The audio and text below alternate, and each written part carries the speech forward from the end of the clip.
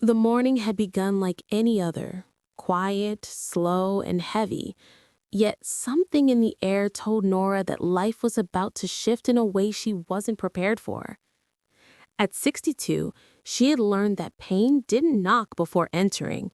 It simply walked in, sat down, and made itself comfortable. But even she wasn't expecting the kind of storm that was waiting for her. It started with a phone call from her younger sister, Sana. Her voice trembled, the kind that delivered bad news even before the words fully formed. "Nora, you need to sit down."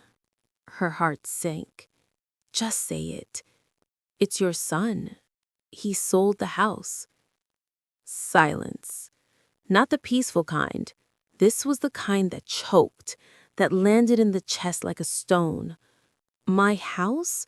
The one I built with your help? The only thing we had left from Amir?" she whispered, her throat dry. "Yes," Sana said gently. "He said you agreed. He forged your signature." The betrayal sliced deeper than anything she had felt in years. Her son, the child she held through fevers, heartbreaks, and bad dreams, had sold the roof over her head without even telling her. For a long moment, Nora didn't speak. She felt too many things at once: anger, confusion, heartbreak, and shame. Mostly she felt foolish. Foolish for loving too blindly, trusting too easily, forgiving too quickly. When she finally walked to her bedroom, she already knew what she would do. She packed slowly: one bag, a few clothes, the old photo of her husband Amir, and the gold bangles her mother gave her on her wedding night. Everything else felt replaceable now, even her attachments. Before leaving, she stood in the middle of her now empty living room. Memories surfaced: family dinners, arguments, laughter, the sound of her son calling Mama when he was small. For the first time, those memories didn't warm her. They burned. She closed the door without looking back. As she stepped outside, the wind was cold and almost cruel. She had nowhere to go, not truly, so she walked. Her knees hurt, her breath was uneven, but she kept going until she reached the bus stop at the end of the street.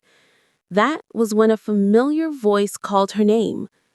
"Nora, is that really you?" She froze. She hadn't heard that voice in over 35 years. Turning slowly, she saw him, Tahir, the man she almost married before life took them in opposite directions. The man who wrote her letters for years after she got married. Letters she never answered, but always kept. She blinked, unsure if it was real. He looked older, of course, gray around the temples, lines around the eyes, but still carrying the same softness she once loved. "What happened?" he asked quietly. "You look like someone who just lost everything." Her lips trembled. "I did." Without asking another question, he stepped closer. "Come with me." And for reasons she couldn't explain, she did. He took her to a small cafe nearby, ordered her tea, and waited. Only waited. No prying questions, no pity, just presence. The kind she had been craving for years without realizing it. Finally, she spoke. "My son sold my house behind my back. I have nowhere to go." The anger that flashed across Tahir's face wasn't dramatic.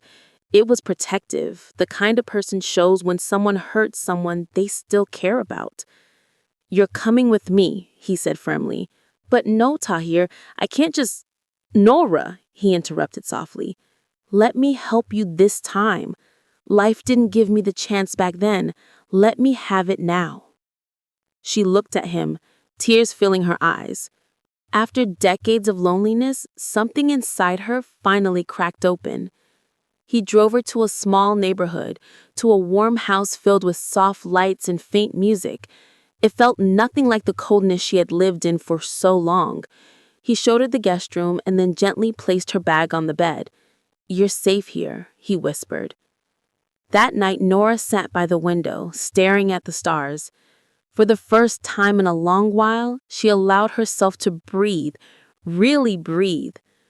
The next morning, she woke up to the smell of freshly brewed coffee. Tahir was in the kitchen humming a tune she recognized from their youth. Something inside her softened in a way she didn't think was possible anymore. As days passed, she began to laugh again, awkwardly at first, then freely. She helped him in the garden, cooked meals with him, shared stories about the years they lost, and listened to the ones he endured alone. One evening, he found her sitting outside looking troubled. "What's on your mind?" he asked gently. "My son didn't even call," he whispered. "I don't know if I should hate him or pray for him." Tahir sat beside her.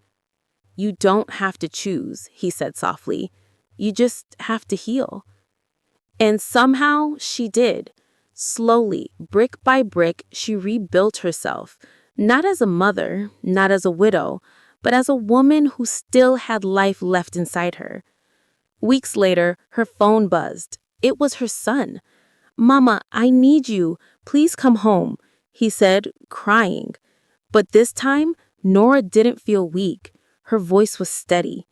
"Beta, you sold our home. I can't come back to what doesn't exist anymore." "Mama, I'm sorry." "I forgive you, but forgiveness doesn't mean I go back to being broken." She hung up before he could respond. That night, Tahir sat beside her once more. "You did the right thing," he whispered. She leaned her head on his shoulder for the first time in decades. "No, Tahir, I finally did the right thing for myself." Months passed. Her heart healed. Her laughter returned, and one spring morning, as soft light filtered through the windows, Tahir held her hand and said, "Stay, not because you need a roof, but because you deserve a home." Nora looked at him, really looked at him, and felt peace settle in her chest. "I'm tired of walking alone," she whispered. "So yes, I'll stay." For the first time in years, she chose herself, and life, gentle and unexpected, chose her right back.